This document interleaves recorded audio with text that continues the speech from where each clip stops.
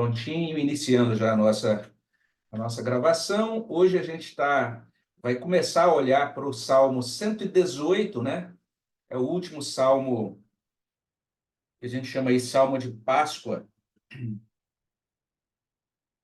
Então é interessante que esse conjunto, né, de salmos é chamado de Halel egípcio, né?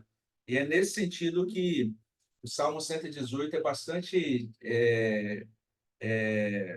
importante dentro deste grupo, né? A gente está olhando aí, especialmente do Salmo 115 até o Salmo 118, mas até esse grupo, que é chamado de Halel egípcio, começa lá no Salmo 113, né? Mas aqui, olhando agora para o Salmo 118, a gente está diante de um dos mais importantes, porque ele é, de certa maneira, citado nos evangelhos, né? A gente vai encontrar esse salmo sendo citado tanto nas cartas apostólicas, mas especialmente no Evangelho de Mateus e no Evangelho de Marcos, quando o Senhor Jesus Cristo entra na cidade de Jerusalém e é recebido com aquele festejo ali pelo povo, e a gente tem aquela multidão, né, clamando, Hosana ao filho de Davi, Hosana nas alturas, e tem até alguns cânticos, né, baseados nessa expressão Hosana, que na verdade é uma espécie de transliteração aí para a língua grega da expressão hebraica que aparece aqui no Salmo 118, no verso 25, quando a gente lê assim: ó, salva-nos, Senhor, nós te pedimos, né? Então, essa expressão salva-nos, Senhor, aqui no hebraico, é Rosh Ana. Essa é a expressão no hebraico. E lá nos evangelhos a gente vê ela sendo transliterada ali para o idioma grego, nessa expressão que é mais conhecida por nós, Hosana.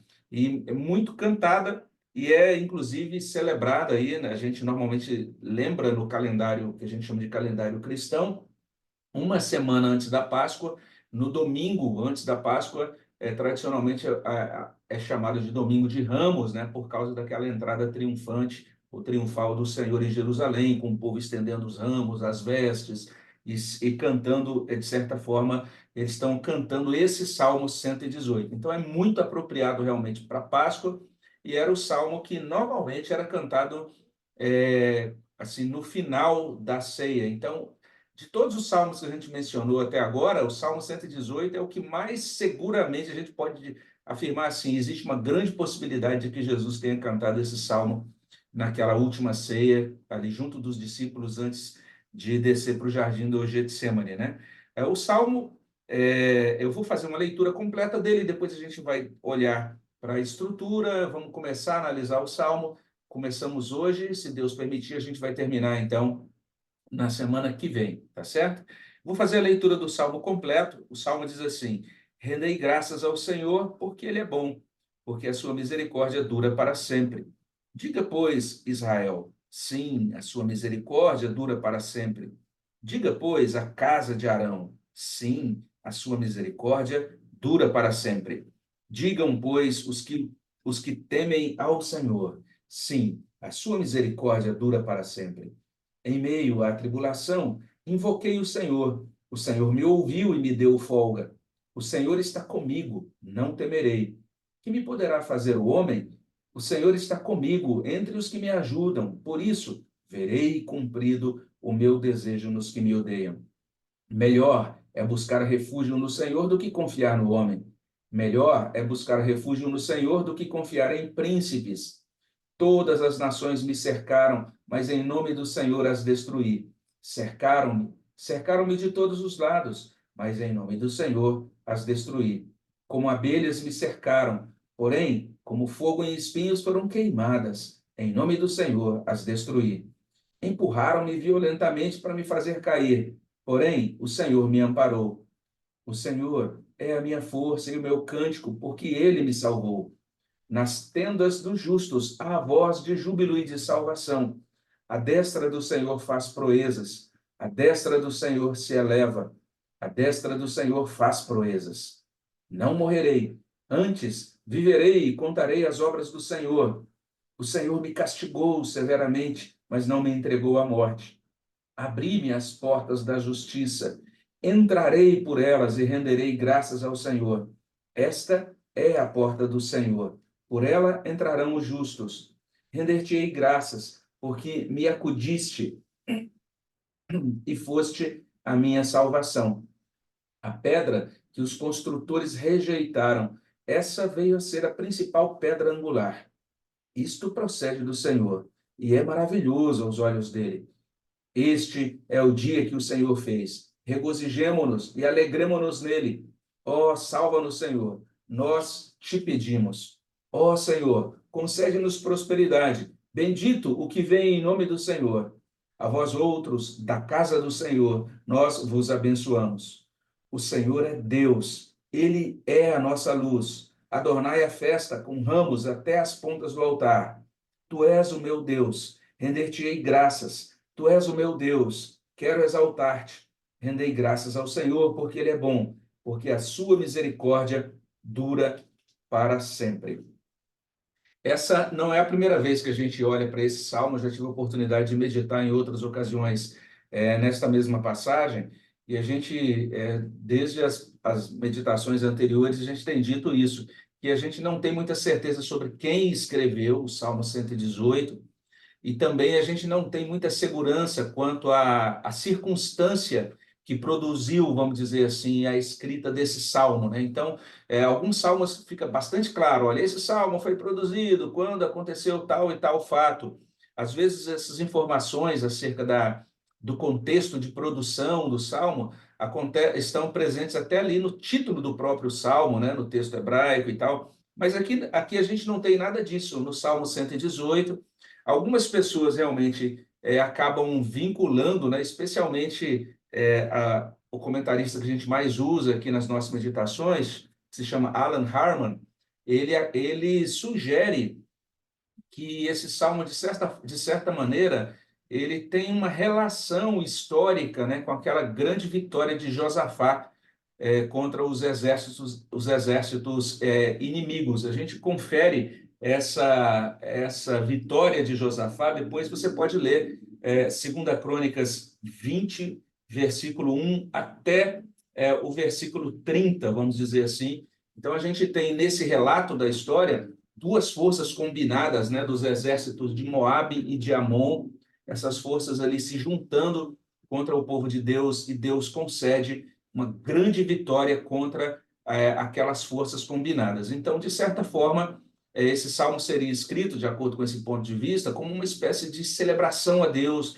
depois dessa vitória, né, que Deus concedeu ao seu povo, e a grande manifestação, né, do poder, do cuidado de Deus para com o seu povo naquela ocasião. É por isso que o Salmo contém algumas figuras, né? A gente encontra aí uma espécie de linguagem de batalha no Salmo. Então, especialmente do verso 10 em diante, a gente vai ver aí de 10 a 13, vamos dizer assim, essa linguagem de batalha. Então, alguns explicam essa linguagem de batalha a partir dessa perspectiva ou dessa possibilidade da vitória de Josafá contra os amonitas e os moabitas. Então, nesses termos, é um salmo que reflete uma situação histórica, talvez essa situação realmente de Josafá, mas, além disso, é um salmo messiânico. A gente vai perceber que algumas das afirmações que a gente encontra no salmo vão ser mencionadas depois lá no Novo Testamento, aplicando-se diretamente a Jesus. Uma é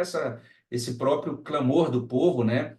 Ó, salva-nos, Senhor, nós te pedimos. E, ó Senhor, concede-nos prosperidade. Bendito o que vem em nome do Senhor, como a gente mencionou. Isso é mencionado pelo povo no momento em que Cristo está entrando na cidade de Jerusalém, mas a gente tem outro texto aí, que especialmente verso 22, a pedra que os construtores rejeitaram, essa veio a ser a principal pedra angular. Essa expressão também é citada depois no Novo Testamento, referindo-se a Jesus. Eles usam esse texto, a gente vai ver no Novo Testamento, quando chegar o momento, que esse texto é mostrado especialmente para explicar, né, a rejeição de Jesus por parte dos judeus, né? Jesus foi rejeitado, e apesar de ser rejeitado, quando o rejeitaram, eles na verdade estavam rejeitando a principal pedra, né? A pedra angular, Jesus como esse fundamento da nossa salvação.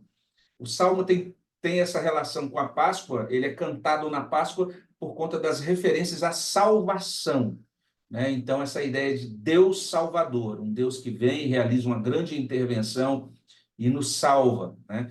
Então, essa ideia de salvação é bastante repetida aqui, a gente encontra tanto, logicamente, mais uma vez, né, no verso 25, no pedido, ó, salva-nos, mas não é só aí, você encontra no verso 5, invoquei o Senhor, ele me ouviu, me deu folga, no verso 13, o Senhor me amparou, no verso 14, ele me salvou, no verso 15, nas tendas dos justos há voz de júbilo e de salvação, e lá no verso 21, render-te-ei graças porque me acudiste, foste a minha salvação. Então, existe uma grande ênfase em Deus como Deus Salvador, né, nesse salmo. E exatamente, a Páscoa é a grande celebração da salvação de Deus para os judeus do pacto antigo, essa lembrança, né, de Deus que foi até eles e que os ajudou quando eram cativeiros ali sob o poder egípcio. E a gente que é cristão, a gente entende também como essa grande mensagem de salvação, a salvação, a redenção operada por Jesus Cristo, que nos libertou do cativeiro do pecado. Então, por conta dessa ênfase na salvação, esse salmo ser cantado na Páscoa. Um último detalhe é que ele se distingue dos demais, porque todos os outros terminam com o chamado, né, o louvor, aleluia. Esse é o único que não termina com esse chamado, mas apesar de não conter a palavra aleluia, mas na verdade ele começa e termina com o chamado ao louvor, no sentido de dizer rendei graças, rendei graças. Ele começa e termina afirmando, fazendo esse grande chamado ao louvor, apesar de não conter aí a expressão aleluia, como os salmos anteriores. E é interessante porque Deus deve ser louvado, né, quando a gente lê nesse salmo. E aí, mais um vínculo desse salmo com os anteriores, com os outros salmos de Páscoa, porque ele celebra a misericórdia de Deus. Então, observe que os outros salmos todos mencionam a misericórdia, e aqui, mais uma vez, inclusive aqui, a palavra misericórdia vai aparecer 5 vezes, né, nesse Salmo 118. E lembrando que essa palavra misericórdia, ela significa literalmente aquele amor constante de Deus, o amor pactual, o amor da aliança, né? Deus decide amar um povo, Deus firma uma aliança com esse povo, e esse amor de Deus não oscila. O desempenho do povo oscila, né? Às vezes o povo está mais próximo de Deus, mais distante de Deus. O desempenho do povo na caminhada histórica é parecido, a gente menciona isso algumas vezes já, é parecido com um exame cardiológico, né? Que aparece aquelas subidas e descidas, né? Aqueles gráficos ali. Então, às vezes a gente está bem próximo de Deus, às vezes nem tanto, mas o amor de Deus não, ele é constante. E é isso que dá segurança para a nossa salvação. Se a nossa salvação fosse baseada no nosso desempenho, a gente estava em maus lençóis, né? A gente não seria salvo, mas graças a Deus por esse amor constante de Deus, que é traduzido por essa palavra misericórdia. Aqui a gente tem também uma outra palavra que é adicionada, porque a gente já tem em outros salmos misericórdia, algumas vezes ligada, vinculada com fidelidade, né? Com verdade, como a gente tem no Salmo 115:1, por amor da tua misericórdia e da tua fidelidade, né? No Salmo 117, como a gente viu semana passada, muito grande é a tua misericórdia e a fidelidade do Senhor subsiste para sempre. Mas agora a gente tem uma outra palavra preciosíssima, né? Porque a palavra porque ele é bom. Então Deus não apenas é um Deus cuja misericórdia dura para sempre, e isso acontece porque ele é bom. Essa palavra bom é uma palavra preciosíssima aí no Antigo Testamento. Ela tem esse significado de bondade no sentido de perfeição no ser, né, no caráter, né, em todos os seus atributos, mas tem o sentido também de belo, né? Então, não seria errado se fosse traduzido, porque ele é belo, né? Então, é uma palavra muito preciosa. É a mesma palavra que a gente encontra em Gênesis 1, quando várias vezes diz assim: viu Deus que isso era bom, viu Deus que isso era bom, viu Deus que isso era bom. Uma palavra que carrega não apenas o sentido de que algo é feito da maneira adequada, corresponde àquilo que o Criador desejava estabelecer, mas é muito mais do que isso. Significa realmente essa junção entre bondade e beleza, né? Perfeição em todos os sentidos e beleza em todos os sentidos. Então, esse é o nosso Deus, um Deus que é bom, que é belo, né? Algumas vezes o salmista diz que está adorando ou deseja adorar a Deus na beleza da santidade dele. Né? A gente encontra essa linguagem devocional, né, do salmista expressando, né, o quanto ele admira o Deus, que é o Deus verdadeiro, o Deus de Israel, porque ele é um Deus bom e belo. Essa é a ideia. O Salmo começa e termina com esse chamado, tá certo? A estrutura do Salmo, ele tem aí, primeiro, uma introdução, onde é destacado esse amor perene de Deus, versos 1 a 4. Em seguida, ele tem uma segunda parte mais longa, de 5 até 21, que é esse grande cântico de livramento, né? Então, a ênfase de 5 a 21 é esse relato, esse cântico, essa expressão de louvor, de gratidão, porque Deus livrou o salmista. A partir do verso 22, e a gente vai prosseguindo até o verso 27, é um louvor aí pela misericórdia de Deus e, na verdade, uma súplica, né, por novas intervenções dessa misericórdia dentro da história. E aí, versos 28 e 29, os versículos finais trazem essa renovação da confissão de fé.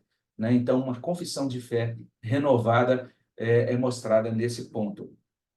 E nessa primeira parte, né, que a gente chama aí da introdução, destacando o amor perene, é exatamente isso que temos, né? Várias vezes repetida essa expressão, né? A misericórdia dele dura para sempre, ou seja, esse amor perene, esse amor constante dele, esse é um amor realmente durável, né?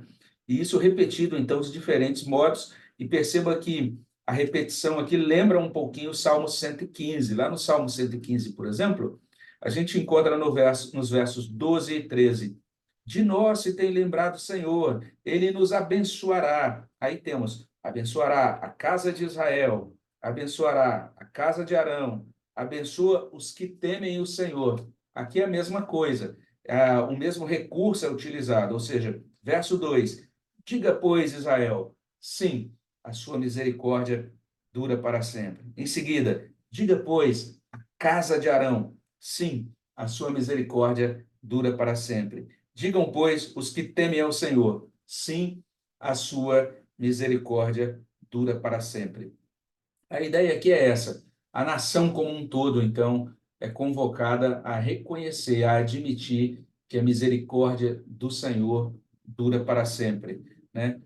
Os sacerdotes, a liderança espiritual do povo, vamos dizer assim, é convocada também a reconhecer que a misericórdia do Senhor dura para sempre. E todos os que temem ao Senhor. Então, aí a gente tem não apenas os judeus, o povo de Deus de um modo mais amplo, né? Aqueles que conhecem ao Senhor da aliança, mas inclusive os prosélitos, né? Aqueles que são agora chamados de tementes a Deus de outras nações, que agora também são convocados a reconhecer que a misericórdia do Senhor dura para sempre. E nessa introdução a gente tem aí uma ênfase que é digna de toda a nossa atenção. Por quê? Porque nós precisamos ter a cada dia gravado no nosso coração essa firmeza do amor de Deus para conosco. É o amor de Deus para conosco, por exemplo, que nos move, vamos dizer assim, para a oração. Nós sabemos o seguinte, Senhor, se a minha aceitação diante do Senhor para pedir algo, para suplicar algo, dependesse de mim, eu não teria capacidade. Mas, Senhor, que maravilha, eu estou me apresentando diante do Senhor em oração, porque o teu amor é constante, porque a tua misericórdia dura para sempre. Então, Calvino já ensina sobre oração que ninguém se sente motivado a orar se aproxima de Deus entendendo que Deus não é propício para com ele. Nós precisamos ter essa certeza. O nosso Deus é um Pai propício, né? Ele é assim, ele procede assim, porque ele estabeleceu, ele decidiu estabelecer uma aliança conosco. E nessa aliança, ele livremente decidiu nos amar, decidiu nos adotar, decidiu nos acolher. Então, isso é maravilhoso, maravilhoso da gente saber.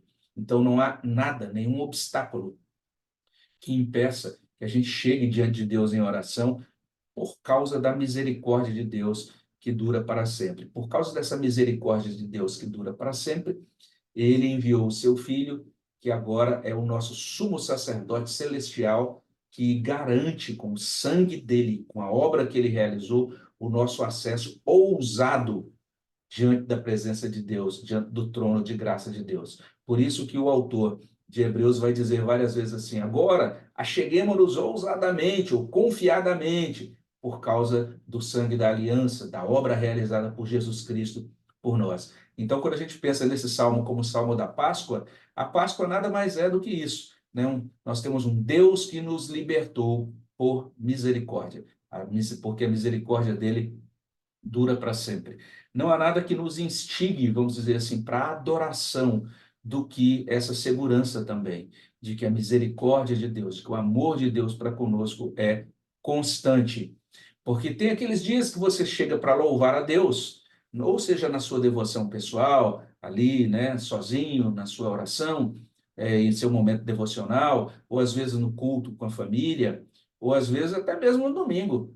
E tem aqueles domingos ou aquelas ocasiões, né, que você se apresenta diante de Deus e que você está, como dizem os pentecostais, um fogo só, né? Assim, cheio de fervor, e diz, o Deus é maravilhoso, Deus é bom, e você está super animado e sente como se os céus tivessem baixado até você, né? É como se fosse uma espécie de antecipação é, das alegrias e das delícias celestiais, né? Fala, puxa, que bênção, parece que eu estou realmente vivendo um momento de comunhão com Deus tão gostoso e tão diferenciado, mas tem outros momentos que você vai se apresentar diante de Deus, é o momento que você fala, esse é o momento que eu tenho que, eu separei essa hora do dia para louvar a Deus, fazer meu devocional, seu coração está seco, está árido, né? E que você, até você ora, parece que, como a gente costuma dizer, a oração bate no teto e volta, né? Você sente como se o teto, o céu fosse de bronze, né? E você, então, será que Deus está ouvindo a minha oração, né? Será que essa minha adoração está sendo sincera? Então, vale a pena nessas horas você ler trechos como esses versos, esses 4 versos, e relembrar, sim, a misericórdia do Senhor dura para sempre. Sim, a misericórdia do Senhor dura para sempre. Eu devo render graças a Ele. Por quê? É porque o dia está sendo agradável, as circunstâncias estão sendo favoráveis, nada disso. Eu tenho que render graças a Deus porque Ele é bom, porque a misericórdia dele dura para sempre. Então, essas verdades nos movem para adorar. A gente precisa dessas verdades para adorar. E, por fim, nós precisamos dessas verdades, ser lembrados dessas verdades, para a nossa vida de santidade prática e de serviço. Então, nós somos movidos para caminharmos com Deus conforme a vontade dele, não porque nós somos, de certa forma, incitados por chibatadas, mas sim porque somos atraídos pelo amor e pela misericórdia de Deus. É assim, é isso que nos move a dizer: Deus, eu quero agradar ao Senhor hoje, porque o Senhor é bom, tua misericórdia dura para sempre. Senhor, eu quero fazer a tua obra, quero servir, quero ser útil no teu reino. Por quê? Porque eu tenho que mostrar desempenho diante dos outros? Porque eu tenho que ganhar pontos para minha salvação? Nada disso. Porque a tua misericórdia dura para sempre. Então, essas verdades, né, essa verdade tão simples de que Deus é bom, a misericórdia dele dura para sempre, essas são as verdades que a gente pode considerar como fundamentais para o nosso desfrute de salvação, para a nossa vida de oração, para a nossa vida de adoração, para a nossa vida de santidade e de serviço. E com isso, é dessa maneira que a gente começa a meditação nesse salmo, pensando simplesmente nessas coisas, né? Nessas verdades. A misericórdia do Senhor dura para sempre. Deus é bom. Então, que isso possa nos alentar, né? Nos animar, nos fortalecer nessa quarta-feira, preparar também o nosso coração já para essa proximidade agora da Páscoa, e que isso possa nos motivar para caminhar com Deus no restante dessa semana. Na semana que vem, assim Deus permitindo, nós vamos verificar o que Deus fez, né, na vida desse salmista. Vamos olhar para os versos 5 em diante, para ver o cântico de livramento, que é a parte mais extensa do Salmo, mas por hora basta isso, né? Que nós possamos, nessa quarta-feira, ser alentados pela verdade de Deus. Ele é um Deus bom, a misericórdia dele dura para sempre. Por causa disso, devemos render graças a ele, que possamos render graças a ele hoje e continuar rendendo graças a ele no restante da semana, né? Nós vamos ter um espaço para compartilhar os nossos pedidos de oração, colocarmos diante dele as nossas necessidades, né, as nossas causas, e vamos fazer isso desde já. Eu vou terminar agora a parte de gravação, e em seguida a gente vai compartilhar os nossos pedidos.